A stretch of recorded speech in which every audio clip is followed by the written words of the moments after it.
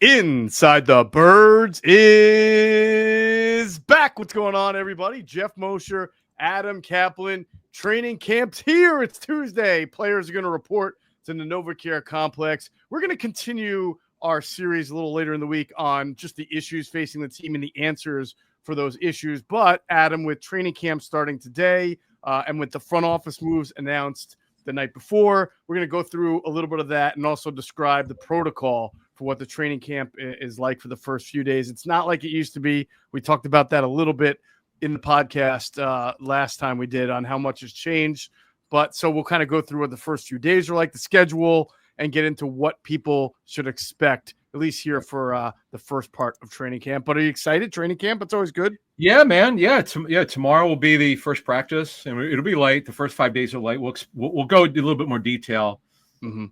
We actually got the language, so we could help folks understand what it is and what it isn't. But I'll tell you what, there's some interesting front office moves, and we learned some stuff from sources around the league who were plugged into the Eagles, who gave us some good background. And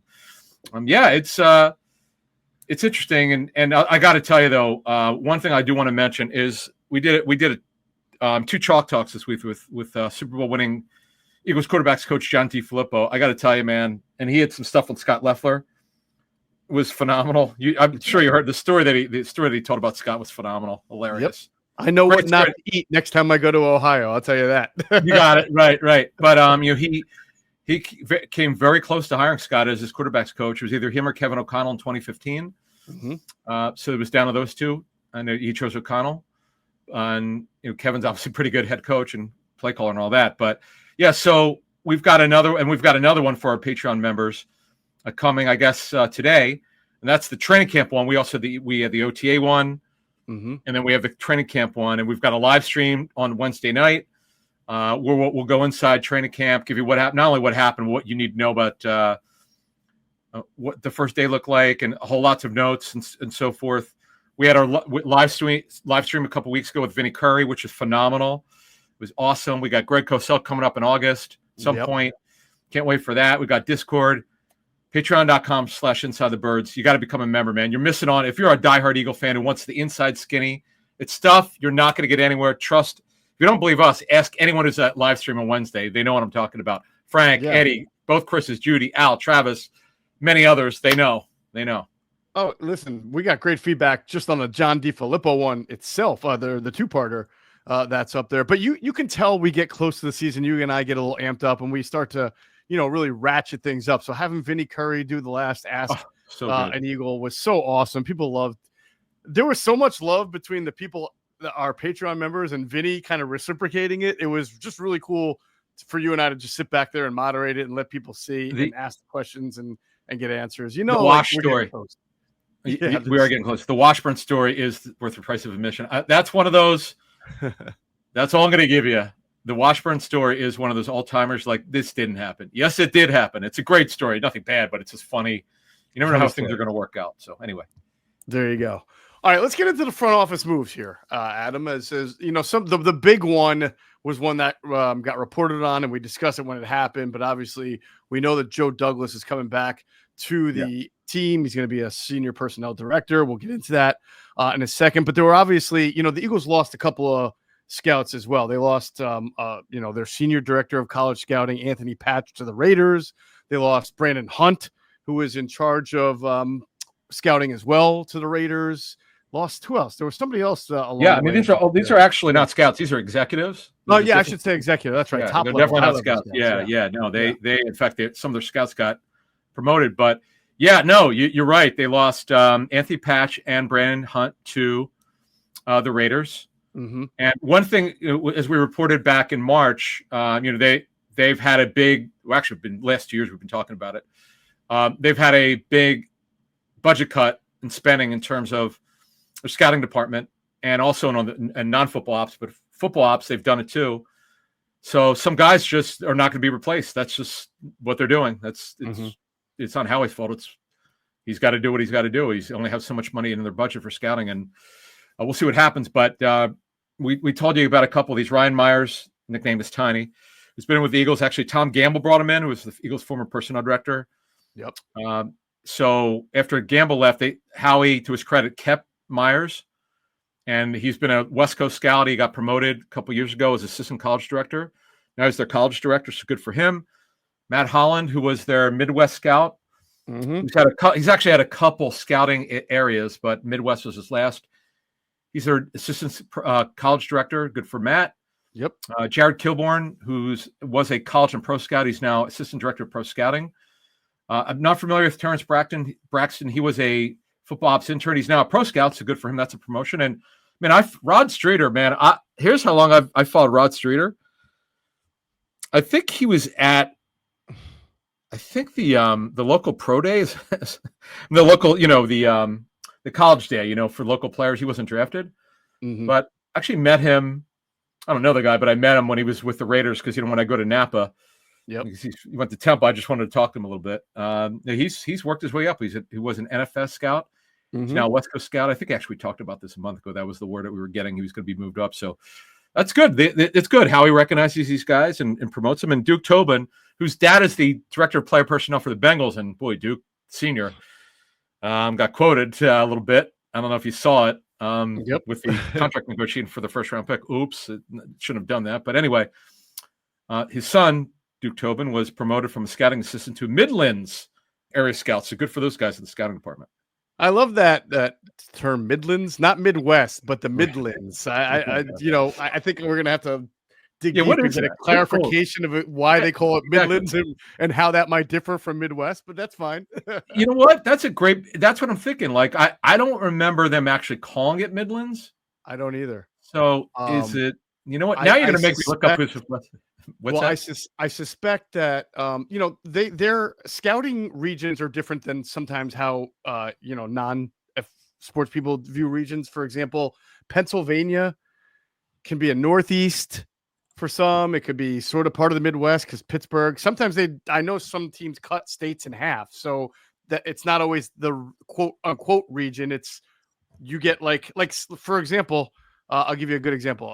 Southwest, right?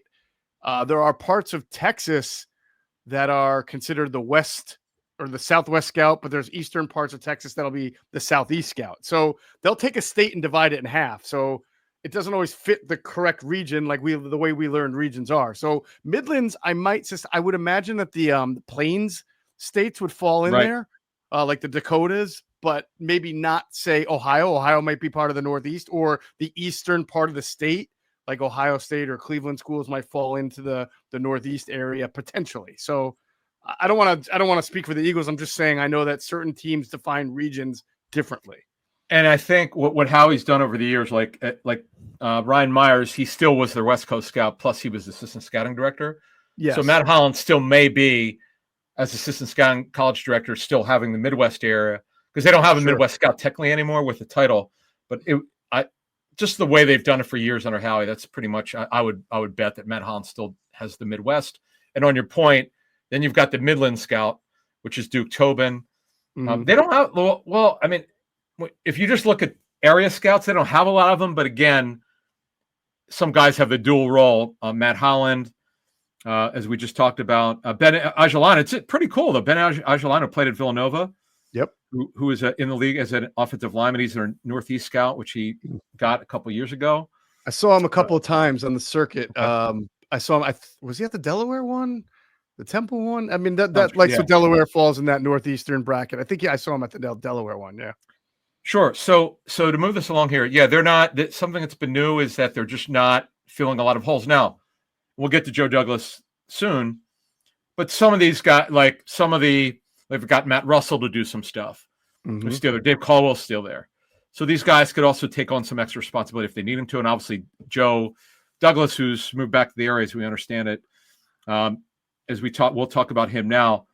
So his title is Senior Personnel Director Advisor to Howie, the general manager. So what we understand is the Eagles really stepped it up to make sure they got him, whether it's money or making sure like they when they're allowed to contact him, they contact this was done rather quickly. Like they were on this, like they wanted him back in the building, despite any rumors that him and Howie weren't close or did end well. That's totally false. They kept in touch, and they still had a really good relationship. So good for Joe to come back, and because he, as you know, he became a general manager, and before that, he was a personnel director. So he had to learn the pro game. So now the great thing for Howie is it's whatever Howie needs him to do.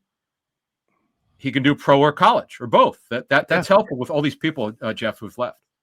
Yeah, I think there's a lot of asset that he brings back, not only in scouting, but remember, he brought in some really good personnel from Baltimore, where he cut his teeth as a scout coming up before he came to the Eagles, right? He brought Ian Cunningham to the organization. Right. He brought Andy Weidel to the organization. These are two assistant GMs right now. Did he bring Catherine Rach? I can't remember if he did or did not, but either way. Yeah, he did. Oh, yeah. Yes, he did. So he brought some pretty successful people into the organization. So I think just having that also for Howie there, just another. I mean, I think it was smart for the Eagles to step it up. You can imagine that while most GMs, whether it's Mike McCagnon or John Idzik from the Jets, may have struggled after, Joe Douglas came from too much success, both with the Ravens and the Eagles, for me to think that he was not going to be wanted. I'm sure he was a wanted guy out there. So that was good on the Eagles to step him up. Yeah, and understand with Joe Douglas, look, it's hard to win with the Jets. I'm not saying he did a great job. It's hard. But yes, he missed on Zach Wilson. We get that. But he also had the draft with Breece Hall, Sauce Gardner, Jermaine Johnson. You could go through the picks that he absolutely nailed. Yep. Nobody gets them all right. Nobody gets them all right. But he was very valued here to come back, and good for the Eagles to do that. And I'll tell you what, this is a really interesting hire in football operations. Okay. I don't know how to say his last name. His first name might be Samit. Mm-hmm. He's hired as a quantitative analyst, but he was part of the team that won the NFL's Big Data Ball. And you could actually read his. I actually took a look at it a couple of days ago. It's his report that he turned in is exposing coverage tells in the pre-snap phase. Also worked for the Phillies. So that's kind of cool, man. That you know what? Because data guys get that all they know is numbers. But if you could get data tells in pre-snap, hey. That's interesting. So good for him. Mm-hmm. He was a new hire. Grant Ryder was hired as football transactions coordinator. Molly Rottinghouse was added as football operations coordinator. My understanding is she replaced somebody else who left the organization or football ops. And Leif Thorson, if anybody knows who Leif is, I guess it's a he. Software developer. Wait, did Leif Thorson not conquer some Scandinavian land? Yeah, what a name! I know. Leif Garrett, for those of you under 50. But look, good. Hey, listen. Again, there's going to be opportunity. And then in football operations, I want to mention these because these guys were promoted. So James Gilman, who's been there for a little bit, he was director of football analytics, now senior director of football research and strategy. And by the way, that's what Alec Hallaby had many years ago. So you should remember that name, James Gilman. Mm-hmm. John Leo, LIU, he's now director of football analytics. He was assistant director of football analytics. And Zach Stever, who was their quantitative analyst, he's now assistant director of football research and strategy. Data, Eagles do a great job with data. We've talked about all the numbers before the draft and what they use, the RAS scores and all that stuff.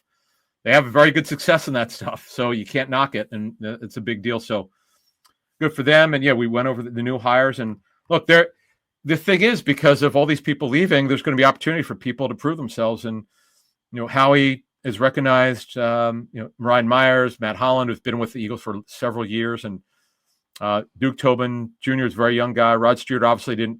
He retired not too long ago. So these guys are getting recognized, and good for them. Hey, by the way, the Molly Rottinghouse edition. She is the football. What was the term again for operations her? Coordinator. Yeah. She's interesting. If this is the same Molly Rottinghouse that I think it is, she was a football. She was like a coach and a recruiting specialist at Wisconsin, like University of Wisconsin football. That is correct. Yes. And she also worked at Bowling Green, I think, when Scott Loeffler. That I didn't know. Is that right? See, I didn't know that. I heard Wisconsin. That's operations intern. And I think she might be from Pennsylvania. And funny, when I was at Penn State, they had a really good volleyball player named Heidi Rottinghouse. And I wonder if they are related. I'm going to have to dig into that. No, I was at Penn State. No, it can't be. This might be her daughter because I was at Penn State. Last name? Yeah, I mean that's who. I mean, it had to be the same family, cousin or whatever, daughter. Yeah, sister. So interesting stuff there. Really, very, very interesting hire to look out there. Leif Thorson. I'm going to have fun with that one for a while. Eric Red, Leif Thorson. Right. Right. So we'll see. Well, you can't keep losing people. It's just, and I know where the Eagles used to block a lot of people, they're not blocking many people anymore, if at Heard the all. same. Heard the same. Yep. Yeah. So that's the word around the league, and personnel people have told us that they're for whatever reason, it's not totally clear, but they're not blocking people. So Right. it is what it is. But we'll see how they do. But Howie's been drafted real well, 21 on, but you know what? If you keep losing really good people, it could catch up to you. So let's hope that you can keep these people.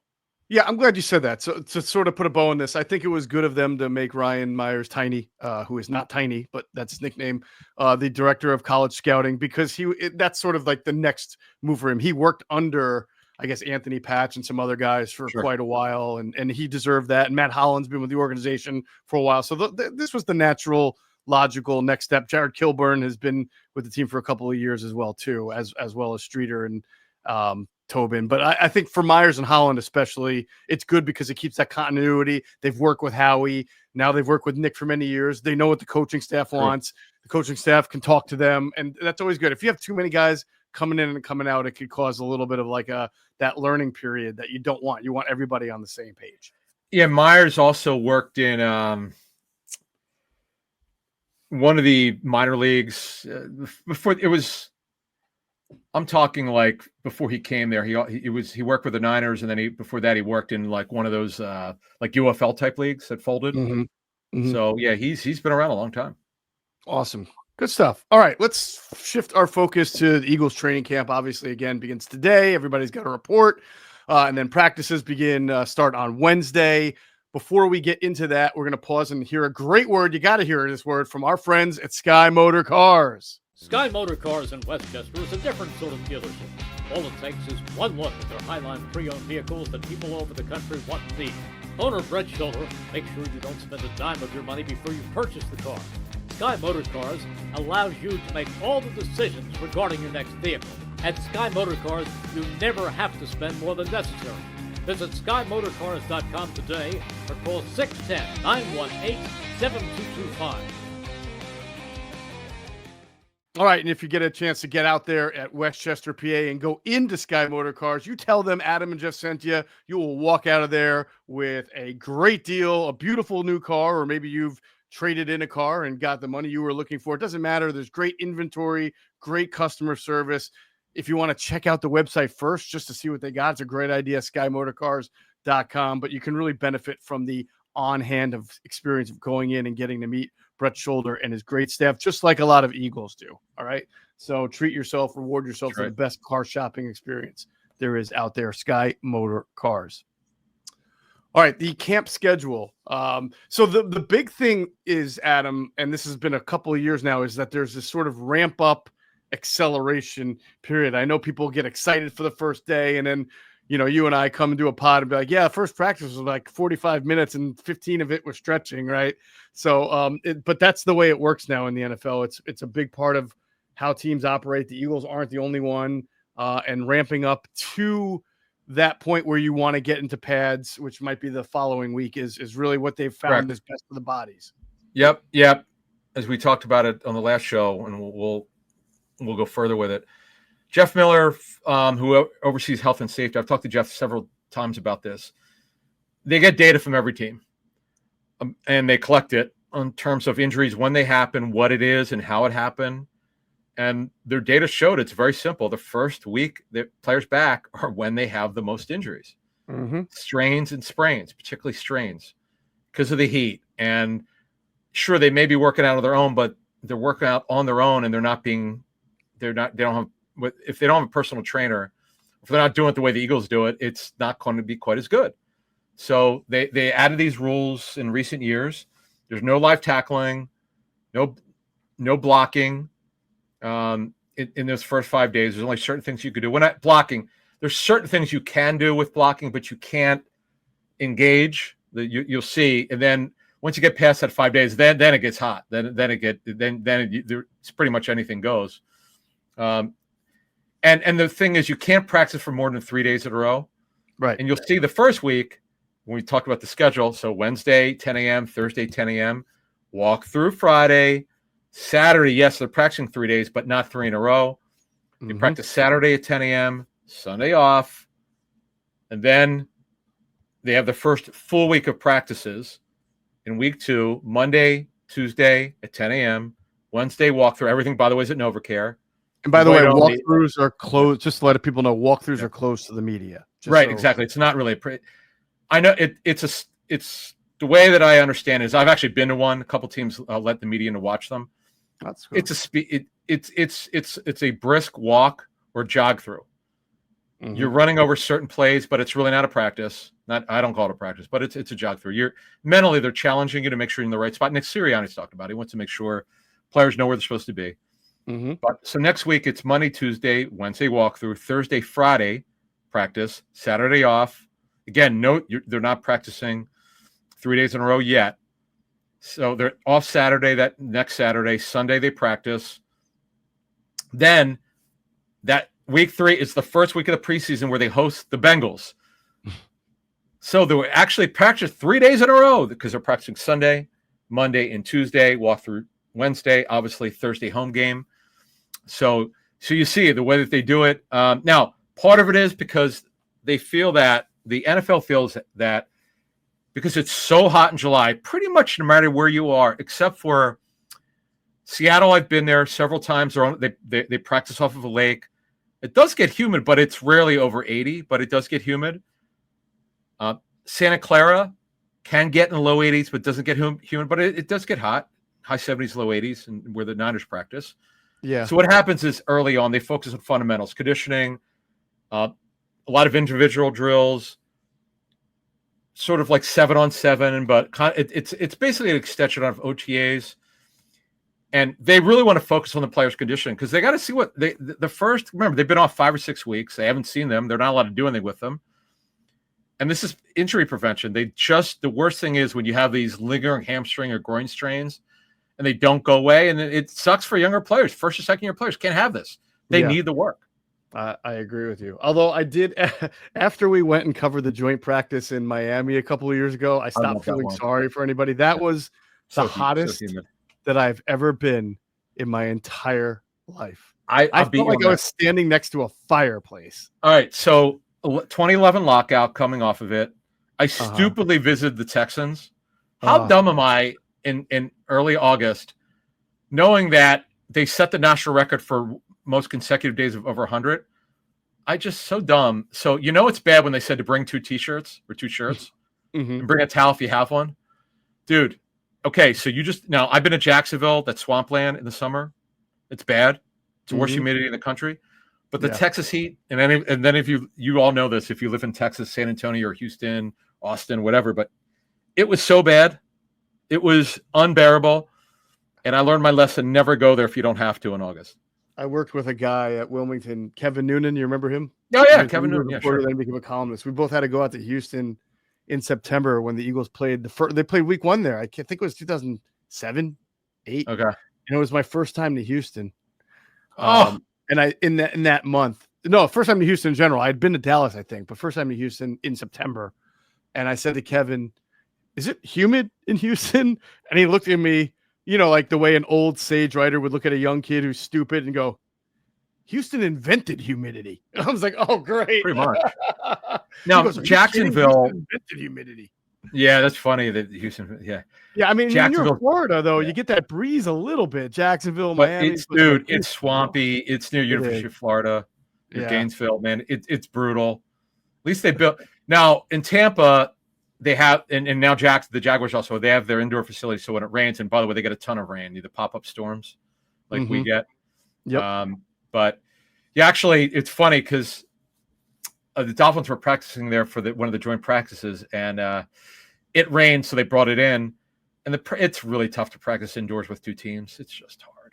Yeah. It's just hard, So it's really not made, these practice facilities, as you know, because you've been in the practice bubble and NovaCare. It's terrible. It's too small. Yeah. It's not good.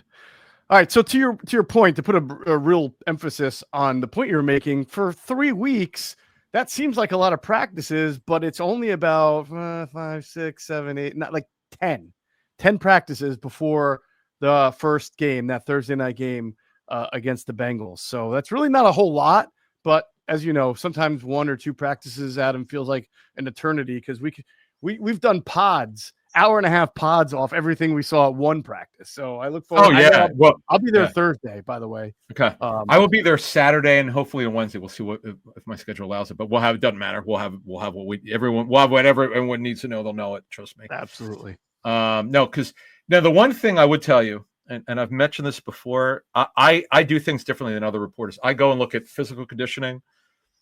I want to see what kind of shape they're in. Like we reported, I don't know, 3 years when Mailata was told to lose weight. He was like 402, something like that, in an OTA. They told him to lose weight. He lost weight. He looked great. Because I remember being there and I remember thinking in OTs, boy, he looks heavy, but I had no idea. Right. There's no way. It's not like I'm weighing him, but. And I saw Miles Sanders when he was ripped physically. Like there was the year he had his best year. It just happened. I saw it in May. I'm like, all right, we'll see. In training camp, he looked so good. He looked good because he had an injury history. Yeah, that stuff matters, man. I learned that from a coach to look for that stuff many years ago when I go on my tour. Look for that stuff. And I know, and we've mentioned this before, that while the practices are light, it's not about how long they practice. It's actually about what they do. I don't care how long they practice for. I want to see what they do, actually. Yes. So, and I mentioned this with Isaiah Rodgers. Yes, the practices were late when Rodgers was beating out Ringo last summer, but you could see in those drills. I mean, they weren't wearing pads or anything, but whatever they were allowed to do, like Rodgers was clearly ahead. Clearly, and even if Ringo took I know some reporters, this guy had the first snap. So what? Yeah. It's pay attention to rotations, to how they rotate in. How they're coached. Right, how they're coached right. Bobby King, we learned a valuable lesson. Bobby King might be the best inside backers coach in football. I don't know what. You can see, and you're not supposed to report what's said or if someone's admonished, but sure, you can see when a guy is spending a lot of time with one person as opposed to another, where you feel like he's coaching somebody up a lot more than he has to than the other guy. All right, what you just said, and I'm going to help some folks who get to go to Novacare. We're going to give you a little inside football. It's called, is he a high rep player? A high rep guy? That means it's a guy who needs additional reps because he's not getting it. Where they're not happy, where they decide that they're not going to kick him off the field or tell him to get him back on the line. They go, hey, stay in there, run it again. Because the guy wasn't getting it. It's called a high rep guy. Yep. That's an inside football coaching note that it goes on in every camp. Not every rookie's going to get it. Doesn't mean he's dumb. Right. It's just that he needs extra reps. That's all. I mean, so look, it happens. It happens on both sides of the football. Absolutely. And I could tell you, I could see it in front of me when Jeremy Maclin was a rookie and Maclin didn't run the right route and he got on him. And I mean, he got on him. Yep. He had a tough training camp.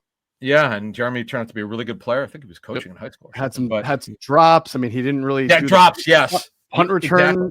He was such a good explosive punt returner in college. It did not translate to the NFL for whatever reason, at least not early on in his career. And yeah, but you're right. He straightened it out and got him. And he was a smart, intelligent kid. He's a really mature kid, Maclin. But yeah, it just took him a little extra time. And watch the route running. Watch the timing with the quarterbacks. That to me, because I want to see Kyle McCord. I know he doesn't have a gun.